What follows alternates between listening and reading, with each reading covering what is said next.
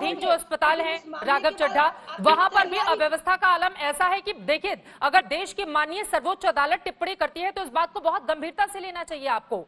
यानी कि बहुत बड़ी चूक दिल्ली सरकार की ओर से की गई है, तब जाकर इस तरह की टिप्पणी सामने आ रही है। इसका अंदाजा है क्या आपको? अगर अगर कोई वकील आपके पैनल पर होता तो वो आपको बताता। मैं थोड़ा बहुत कानून का जानकार हूँ कि सुप्रीम कोर्ट ने ये सारी चीज, मैं अपनी बात रख लूं, मैं अपनी बात रख सकता हूँ? बोलिए चित्रा जी, मैं अपनी बोलिए बात बोलिए रख सकता प्लीज। हूँ? यदि कोई वकील आपके चैनल पर होते, इन पैनल पर, तो आपको बताते कि सुप्रीम कोर्ट नोटिस जारी करता है। उसने नोटिस जारी कर हमसे 8-10 सवाल पूछे हैं। उन सवालों का जवाब देने का एक मौका सुप्रीम कोर्ट ने हमें दिया है।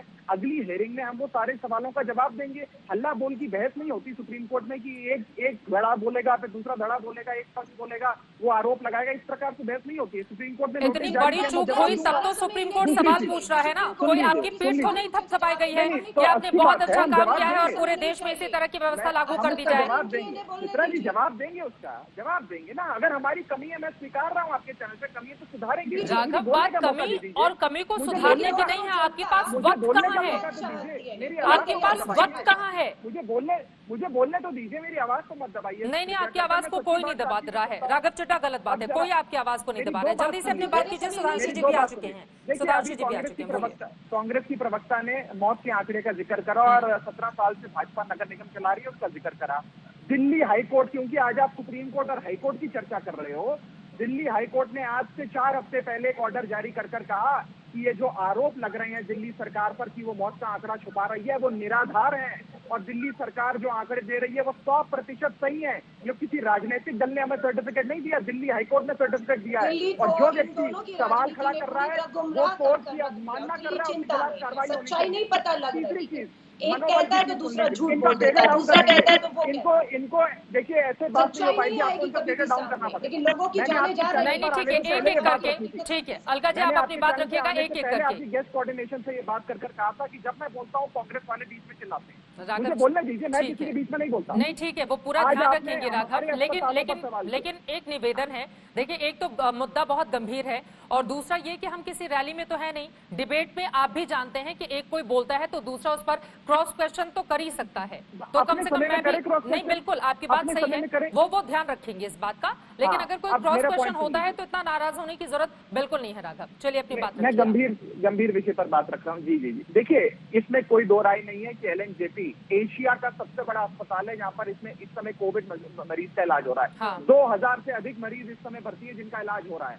2500 लोग ठीक होकर जा चुके हैं। वहाँ के अस्पताल में जो डॉक्टर और नर्सेज हैं वो पिछले 60 दिन से अपने घर नहीं गए हैं, घर वालों से नहीं मिले हैं। उसमें से कितने डॉक्टर इन्फेक्ट हो गए, दिन रात काम कर रहे हैं। यदि आज बीजेपी इस पे राजनीति करती है तो डॉक्टरों का मनोबल भी टूटता है। सबसे बड़ा अस्पताल है। आज निजी अस्पतालों में जिस मरीज का इलाज नहीं होता है वो इलाज कराने के लिए LNJP आता है। इतना वर्ल्ड क्लास इंस्टीट्यूशन है। हो सकता है खामियां हो सकता है कोई एक आधा वीडियो बना हो जिससे उन लोगों ने हम पर आरोप लगाया, हम उसे सुधारेंगे।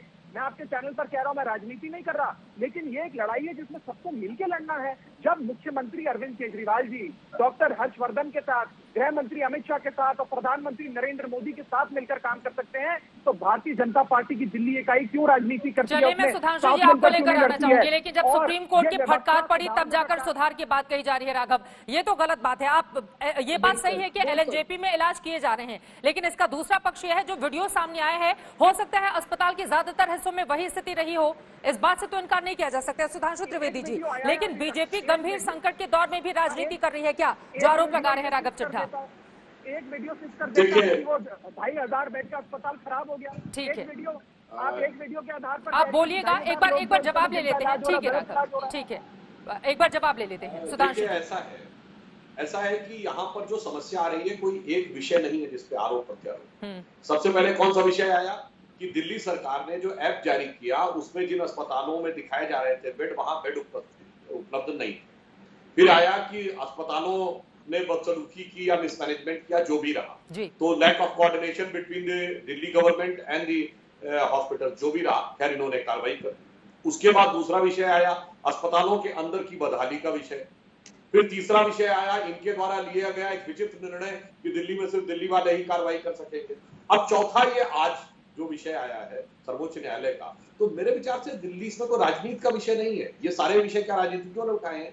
नहीं, किसी ने नहीं उठाए, बल्कि आपका विषय राजनीतिक था कि हम सिर्फ दिल्ली वालों का इलाज करेंगे, जबकि दिल्ली वालों का डेफिनेशन ही अपने आप में बड़ा विचित्र है कि आप कैसे निर्धारित करेंगे कौन दिल्ली का निवासी है, कौन दिल्ली का निवासी नहीं है। और यहाँ तो पर्याप्त मात्रा में ऐसे लोग हैं जो दिल्ली के मूल निवासी नहीं हैं और यहाँ काम कर रहे हैं। आज आम आदमी पार्टी की सरकार के आधे ज्यादा लोग दिल्ली के, अगर उनसे 10 साल पहले सर्टिफिकेट मांग लिया गया होता तो वो इलाज कराने की स्थिति में नहीं होते। इसलिए मैं मानता हूं कि इन सारे विषयों के ऊपर राजनीतिक नजरिए से न देख के अगर क्रमबद्ध तरीके से दिल्ली सरकार देखे तो वहां पर खामियां नजर आ रही हैं, उनका समाधान करने का प्रयास करें। हमारी तरफ से जो केंद्र सरकार की तरफ से सहयोग होगा हम देने के लिए तैयार हैं। और रही बात विपक्ष, सर आप सहयोग कहाँ दे रहे हैं, ये तो सवाल है सुधांशु जी। ये टीवी पे बोल देना कि हम सहयोग दे रहे हैं और फिर वापस जाके आपके तमाम नेताओं की ओर से राजनीति की जाती है। सहयोग जब एक संकट की घड़ी है उस समय सहयोग की बजाय आप लोग पॉलिटिक्स करने में लगे हुए हैं। देखिए एक बात बताइए, विपक्ष का प्रश्न पूछना अपनी जगह है, हमसे एक से एक प्रश्न पूछे जा रहे हैं, हम जवाब दे रहे हैं, कांग्रेस पूछेगी हम पूछेंगे।